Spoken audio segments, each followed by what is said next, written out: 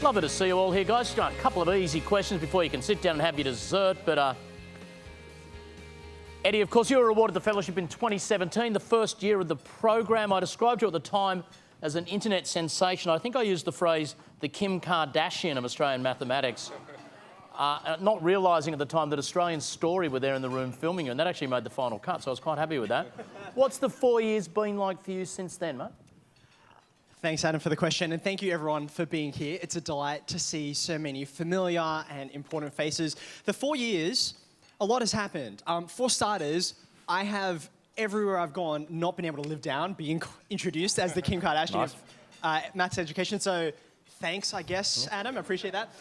Look, as I mentioned, a lot can happen in 4 years, as we've all just seen, a lot can happen in 12 months. So I'm just going to give you two examples, one from outside the classroom, one from inside. So the first one, outside the classroom, for me, I think it's really important that we as the teaching fellows, one of the things I remember from our first 2 days together before the ceremony, and it's really great seeing several of the inaugural 2017 fellows here, we sat together, and one of the things that we landed on as our vision and our mission as the teaching fellowship was to have and to represent a voice for all teachers. And it is such a common thing because education is universally experienced that everyone has an opinion about education. Everyone is their own kind of expert about their schooling experience. And so to be an actual teacher in the classroom representing that view to all of society is something which has been an honour to do. And even though it's terrifying going on ABC Q&A because they give you zero prep on what any questions might come,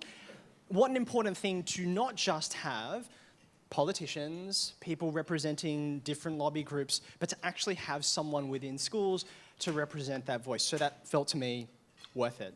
That's outside the classroom. Inside the classroom, I think one of the things that the 2017 fellowship emboldened me to do was to say, let's take some of the wonderful structures that we have within education for good reasons, for supporting and delivering professional learning to our colleagues around the country, and let's try and break them a little bit. Let's try and innovate. Innovation was one of the words that got thrown around a lot within, I know, my fellowship year, and it continued as time has progressed. And so, for example, one of the things which I love to lead at the moment is an instructional leadership model through the New South Wales Department of Education across the state from inside a school, not from an office or a cubicle. Not to devalue that work, but to represent that there has to be a unity between school practice and policy and decision making. So that's a bit of a snapshot of 4 years. Wonderful stuff, mate. Chantal, you're an inspirational teacher and also a teacher of teachers. What has the fellowship meant for your professional development and the journey you've been able to take other people on?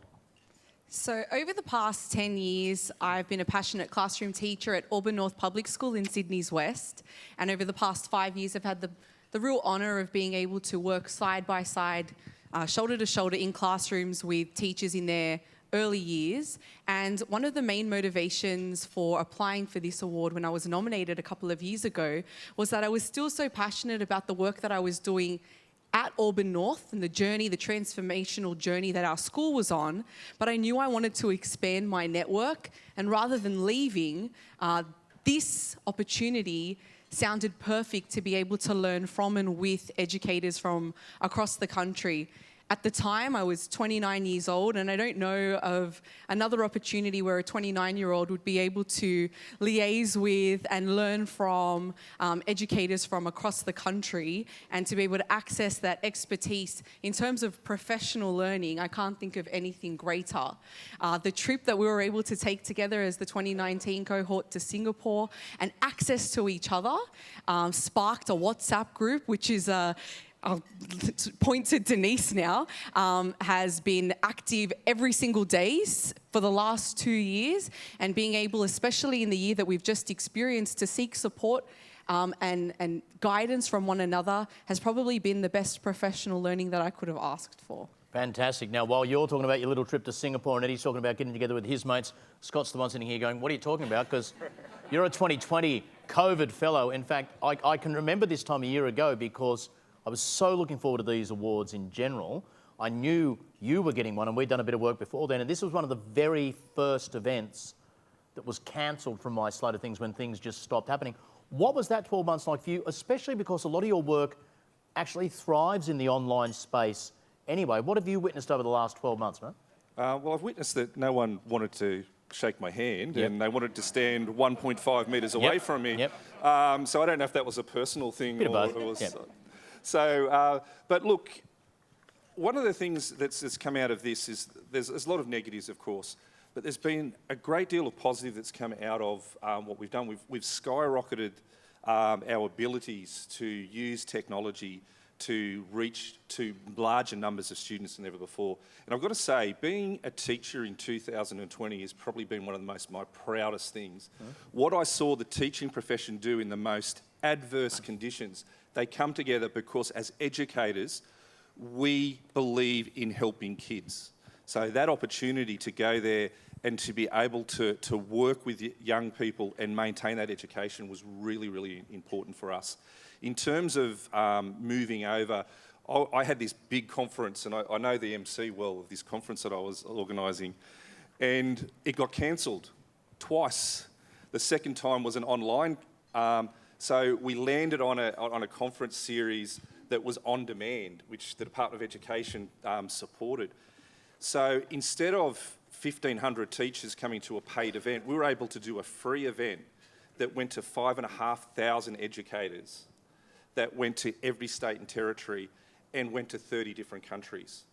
Now, what we really concentrated on there is to actually provide them with those tools to help them so that they could deliver on an online and in a hybrid type of way. But more importantly, we've got speakers, including the great Adam Spencer, to be inspirational, because at that particular time, it was just the start of the lockdowns and our teachers were doing it tough.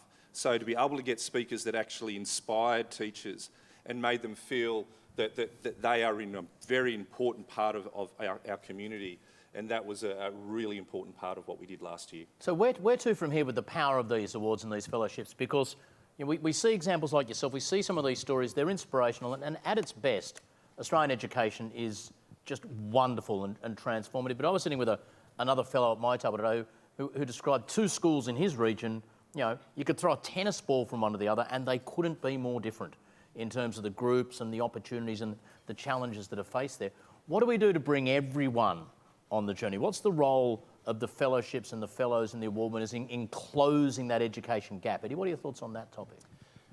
Wow, where to start? For me, one of the things that is the most important is recognising, like you said, that incredible difference. One of our new fellows, Jenny Perrett, she is 2 kilometres at James Fallon High School from Albury High School, where one of the team members that I lead, it works. And it's like night and day going from one school to another. The demographics of the school, the particular academic challenges and social challenges that are there. And so for us, I think it's really wonderful that each of us, and you saw it from each of the new 12 ones today, come from such delightfully diverse contexts. And actually, for me, what was amazing was hearing how much they embodied the communities they were in. Even having perhaps come from outside, actually we could see, as the Australian professional standards say, that the first priority is to know students, I'd say know our students and how they learn. So getting in the weeds of that, and that's why it's so wonderful that now that there are 60 of us who represent every different sector,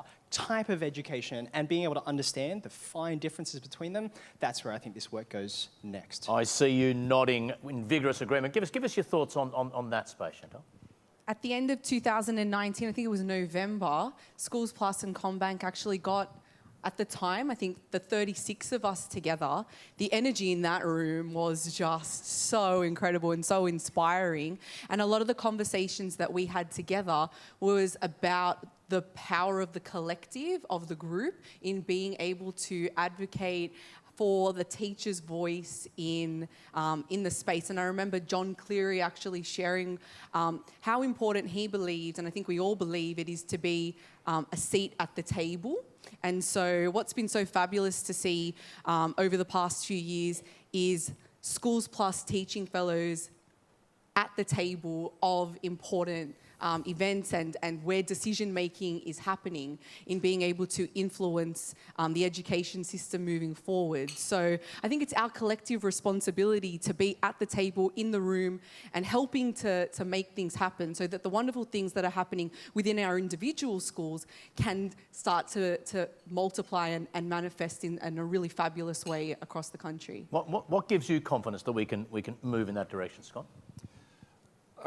Look, one of the things that from today, which was really powerful for me, and I didn't know, they've kept a secret from me, Lloyd Godson and Wendy Bode are colleagues of mine that I've worked with for some time. And in fact, the funding that we got from the Commonwealth Bank Teaching Awards last year went to set up the New South Wales Virtual STEM Academy, which is in collaboration with the Queensland model. And collectively through this program, we actually developed the Australia-New Zealand STEM Alliance, where we're now going to Northern Territory schools as well as schools in New Zealand. And it's very much about enriching students from particularly rural and regional areas. So the fact that we're now connecting so much with all these different school areas and collaborating, and we've got students that are now working internationally that are come from a primary school of 35. So the fact that we're now working together and we're connecting with such fantastic people through programs like this has opened up a whole new opportunities for our students to learn in these new ways. Just quickly on the topic of Lloyd Godson, what's he on? And I don't know, but I want some of it. Can I get some? He's just... What an amazing man. Lived under. Do you understand the story behind the Lego? Did you do the fact check already? Is there any other fellow who has a world record for living underwater? I'm absolutely confident. He lived underwater in a Lego house, having spent 12 days underwater. Yep. And look, that's only scratched the surface of the amazing thing that guy does. But out of all this, what you would have seen is inspiring teachers. A doctor that has become a teacher. We don't have enough teachers. We need these people that are going to inspire our students, the Eddie Woos of the world and the Lloyds, so that we can get that teaching profession to be such an inspiring part of what we do, and we need more of them. Okay, well let's start. Let's go for an inspirational story each. Chantal, you teach teachers and you lead teachers.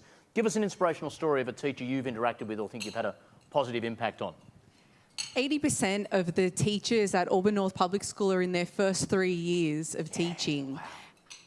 This is not uncommon in schools in West and Southwest Sydney, and I'm sure in areas across the country as well. And so even though I am a highly passionate classroom teacher, I felt compelled to move outside of the classroom in an instructional leader role to be able to impact and fast track expertise of teachers coming out of various university institutions who are standing in front of our students each and every day, because in our school, 98% of our students come from a language background other than English. It is not uncommon for many of our students to come to school not knowing English and not having those early literacy experiences from home. They need expert teachers in front of them from kindergarten. And so I feel so privileged to be in a role where I'm able to work shoulder to shoulder with those teachers. And through our strategic school project, which we were able to use our Schools Plus funds, we were able to get best practice on film as a resource for teachers within our school and in the next few months beyond our school to be able to access, so that every teacher, every student has a teacher in front of them that has expertise. Wonderfully said, Chantal. It's a massive year for Chantal. She's getting married later in the year. She'll be married on July the 4th, and I said, Independence Day, and she said, not for him it isn't. Thank you for sharing that story, Chantal. What about you, Scott? Give us a story. Tell me about some domestic Aussie student anywhere in this great country who you've interacted with and feel proud of. Look, one that really comes to mind is a young girl called Emerson from the Griffith area. So again, part of the virtual STEM Academy, going to New Zealand, going to Queensland and all around. We had our industry experts coming in from IBM, like professors from universities. This girl was at a school with 35 students and 2 teachers. It was one of 5 students in New South Wales that got that opportunity. there was going to be a science test on at the time when she was meant to go online to be involved with this, being taught by Wendy Bode, of all people. And like begged the teacher, said, can I do my assignment some other time? I really wanted to do this. So the fact that we've got a student from regional New South Wales getting opportunities to be on the world stage, getting the best teachers, the best people that industry and also education in tertiary can provide, being able to be the facilitator to make that happen in New South Wales is an extremely humbling and proud moment. Wonderfully said, mate. Wonderfully said. Eddie, the Woo Tube. So who's someone around the world you've inspired, some story interaction you've had, someone you may well physically never meet, but who your tentacles have reached out to? Tentacles. Yeah. I'll try not to think about that too long. There's a banner sitting behind us right now that says Through Life's Challenges, great teachers inspire. And as we've been seeing these wonderful new people being introduced to us, I've been looking and thinking and realizing there's actually, did you notice, there's a dual meaning to this? That it's not just through life's challenges, you know, we can get through that, and that's a context, and then we can sort of, in spite of that, be able to inspire. I actually think, and just touching on what Scott said before about the 12 months we've all had, I actually think COVID has been the mechanism, the medium, the vehicle for showing our students the power of education. You wanted a story. I received an email 3 weeks ago from a 16-year-old girl named Jessica. She lives in Stockholm. And one of the wonderful things about mathematics is that it's a universal language. So Jessica was wrestling with differential equations in her class, which, frankly, I remember wrestling with when I was at uni, actually. And for me, what so struck me about the reason why Jessica went out to write to me was that she had to put her email into Google Translate because English is not a language that she's very confident in. And she had to watch my videos through automatic captions provided through technology. And yet, for her, that was the way that she could actually stay involved in this journey of education, that COVID did not completely punch a hole in her learning and education, but actually she recognized that still as an enabler for her, as Europe, who obviously have had a much tougher time than we have through COVID, she can say there's hope, there's light at the end of the tunnel. Learning is still a sanctuary for her, and that just really touched my heart. I hope it touches yours. What a wonderful story. Wonderful story. About 25 years ago, I was in China on a holiday with my girlfriend at the time, who used to bag me all the time about being a maths nerd.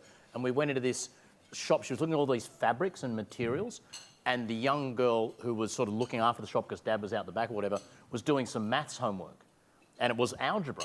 And so I could read it. I can't read Chinese, but I could see what she was doing, and I was looking and going, oh, and she's having all this trouble, and I look at something and I go, no. She go, and I showed her the correct answer. She goes, oh, and then she showed me another one. I go, no. Oh, and she starts going through the book, getting me to do more stuff. And my girlfriend's off checking out all these fabrics and all that, and then Dad comes out from the back where he's running the shop, starts talking to her. She talks back to him in Mandarin. I don't understand a word that's going on, but she's pointing to me and all this sort of stuff. Dad just shakes my hand. The girlfriend comes back with all this fabric and that stuff. And the dad just says, take it, you can go for free, have it. And we walk out of the store and she says to me, wow, okay, that maths thing could come in handy. Yeah, okay, great. We split up 3 weeks later. But please give these wonderful educators a massive round of applause, giving us insight of the program. Well done, guys. Chantal, Eddie and Scott, thanks, guys.